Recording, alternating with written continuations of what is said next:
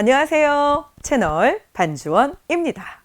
자, 절기에 대해 들어본 적 있으신가요?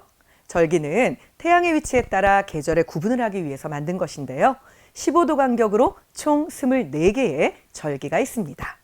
우리 조상들은 절기가 계절의 표준이 된다라고 생각했죠. 날씨를 중요하게 여겼던 농경사회에서 절기는 더욱 중요했을 겁니다. 가을에 들어선다라는 의미를 가진 절기, 바로 입춘이란 말 들어보셨죠? 지난 8월 달에 만나는 절기 가운데 입춘 외에 처서도 있었습니다. 처서는 8월 말이 되면 만날 수 있는데요. 서는 더위와 여름이라는 의미이고 처는 쉬거나 머문다라는 의미를 가지고 있죠. 즉 처서는 더움이 쉰다, 여름이 머무른다라는 뜻을 가지고 있습니다. 여름이 더 이상 발달하지 못하고 정체되어 머물게 되니 결국 꺾인다라는 의미를 담고 있는 것이죠. 조상들은 처서 무렵이면 땅에서는 귀뚜라미 등에 엎혀오고 하늘에서는 뭉게구름을 타고 온다라는 표현을 쓰기도 했습니다.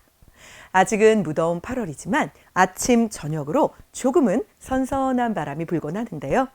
정말 절기라는 것이 신기한 것이 분명 여름인데 너무나 무더운데 선선하게 무덥다는 말도 안 되는 느낌이 들곤 하죠. 매미 대신 귀뚜라미 소리까지 들려오는 요즘, 절기 속의 과학과 우리 조상들의 지혜가 더욱 놀랍게 느껴지기도 합니다. 처서가 어떤 절기인지 좀 더 자세하게 알아볼까요? 장마철이 지나고 햇볕과 바람이 좋은 시기가 있었던 만큼 우리 조상들은 처서 무렵이 되면 집안 살림을 점검하기도 했습니다. 선비들은 꿉꿉하게 젖은 옷이나 책을 음지에서 널널하게 말리는 음건이나 햇볕 아래에서 바짝 말리는 포세 작업을 하며 귀한 책을 아껴 쓰기도 했는데요. 처서가 지나면 모기도 입이 삐뚤어진다라는 재미있는 속담 한 번쯤은 들어보셨을 겁니다. 한여름에 극성맞던 모기와 파리가 날씨 덕분에 사라진다라는 의미가 되겠죠. 처서가 지나면 풀도 울며 돌아간다라는 속담도 있습니다. 더운 여름을 지나며 식물의 성장이 느려지는 것을 뜻하는데요. 이제는 더욱 왕성히 자라기보다는 알차게 연글어서 추수를 앞두고 있다라는 뜻인 것이죠. 맑은 바람과 가을 햇볕이 무엇보다 중요한 때였으니까요.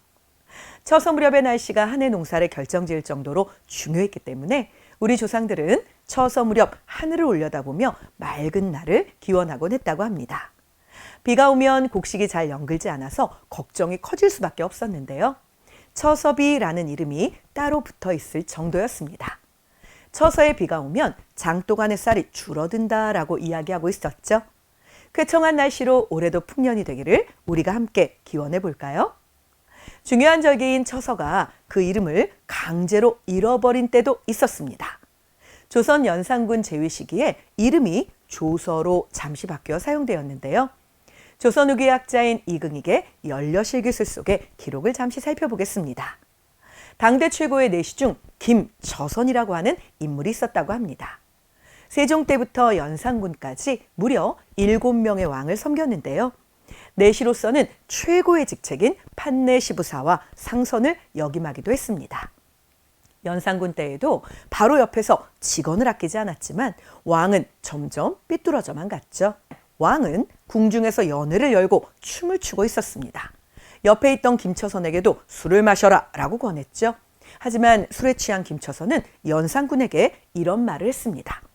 늙은 놈이 여러 임금을 섬겼으나 전하처럼 행동하는 분은 없었습니다 라고 말이죠. 이 말에 화가 난 연산군은 김처선에게 화를 쏘고 말았습니다. 그리고도 분이 풀리지 않았는지 김처선의 다리를 부러뜨리고 말았죠. 연산군은 김처선에게 어명이다, 일어서서 걸으라 라고 말했지만 김처선은 전하께서는 다리가 부러져도 걸으실 수 있겠습니까? 라고 따박따박 바른 말을 했죠. 왕의 팔다리와도 같은 신하들을 함부로 죽이는 연산군을 향한 마지막 직언이었던 것입니다. 결국 김처선은 그 자리에서 죽고 말았습니다. 김처선이 죽은 후에도 분이 풀리지 않았던 연산군은 그 응징을 멈추지 않았는데요. 가족은 모두 노비로 만들고 재산을 몰수했습니다. 집을 헐어내고 연못으로 만들기까지 했고 뿐만 아니라 김처선의 이름이 사용된 글자를 말살시키고자 했죠. 마침 절기상으로 처서를 맞이했는데 얼마나 김처선이 미웠던지 처서의 첫자가 김처선의 이름 첫자 글자와 같다고 해서 절기의 이름까지 바꾸도록 명령한 것입니다. 그래서 또 다른 이름인 조서라는 신조어가 생기게 된 것이죠.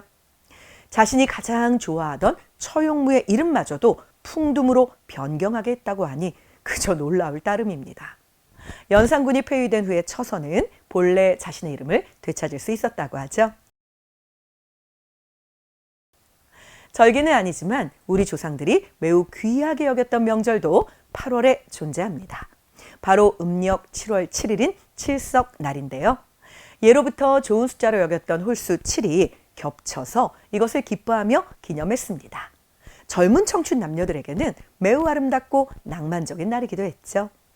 먼 옛날 옥황상제가 다스리는 하늘에 부지런한 목동 견우와 배를 잘 짜는 아름다운 직녀가 살고 있었습니다. 둘은 사랑에 빠져 매일 만났고 자신들의 일은 점차 게을리하게 되었죠. 이 모습을 본 옥황상제는 크게 노해서 두 사람을 은하수 양쪽 끝에 뚝 떨어져 살게 했습니다.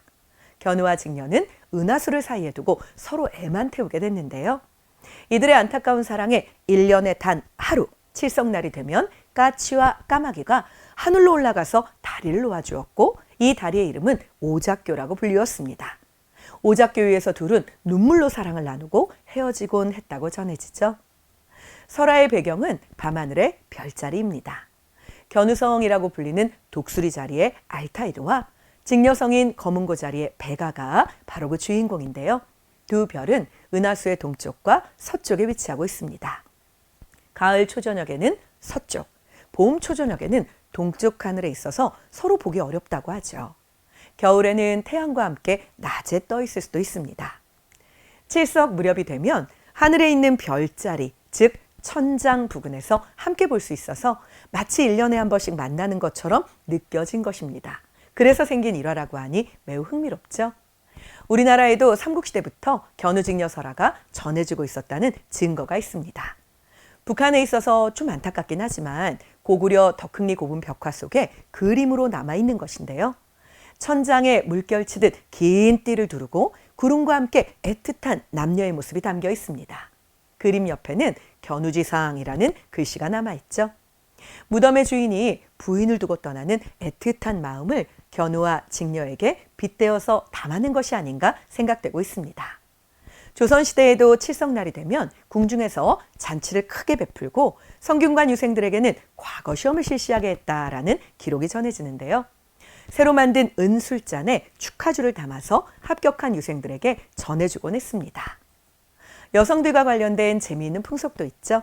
직녀 이름의 직자는 옷감을 짠다라는 의미를 담고 있어서 말 그대로 옷감을 짜는 여인이라는 뜻의 이름을 가지고 있습니다.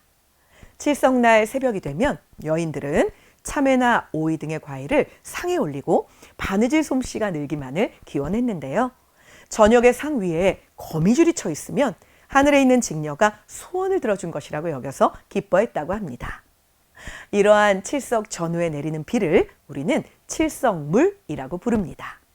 하루 전에 내리는 비는 만나서 흘리는 기쁨의 눈물이고 이튿날 내리는 비는 헤어지면서 흘리는 슬픔의 눈물이라고 생각했다니 정말 낭만적이지 않나요? 춘향전 속의 성춘향과 이몽룡이 처음 만나 사랑을 맺은 장소 바로 광안루인데요. 이 광안루와 연결되는 다리의 이름도 바로 오작교입니다. 조선 세조 때 은하수를 상징하는 연못과 다리를 만든 후에 붙인 이름이라고 하는데요. 사랑의 상징으로 느껴지는 오작교에 대한 조선 후기 문인 이경여의 시를 들려드리며 오늘의 이야기를 마무리해 볼까 합니다. 은하수 떠있는 차가운 밤 광안루, 오작교가 북두와 견우 사이에 있네. 천상의 사람들 좋은 곳 유람하면서 개궁에 달을 1000년이나 붙들어 두었네. 유쾌한 한국사 오늘의 이야기도 흥미로우셨나요? 그렇다면 좋아요, 구독, 알람 설정까지 저희에게는 커다란 힘이 됩니다. 다시 더 좋은 영상과 주제로 찾아오기 위해서는 때로는 여러분의 응원과 함께 여러분의 의견도 필요한데요. 꼭 궁금하거나 알고 싶은 것들이 있다면 댓글로 남겨주세요. 저희가 모든 요구를 받아들이지 못하더라도 최대한 받아들일 수 있게 노력은 하고 있습니다. 다음 주에 더 유익한 얘기로 다시 찾아올게요. 오늘도 감사했습니다.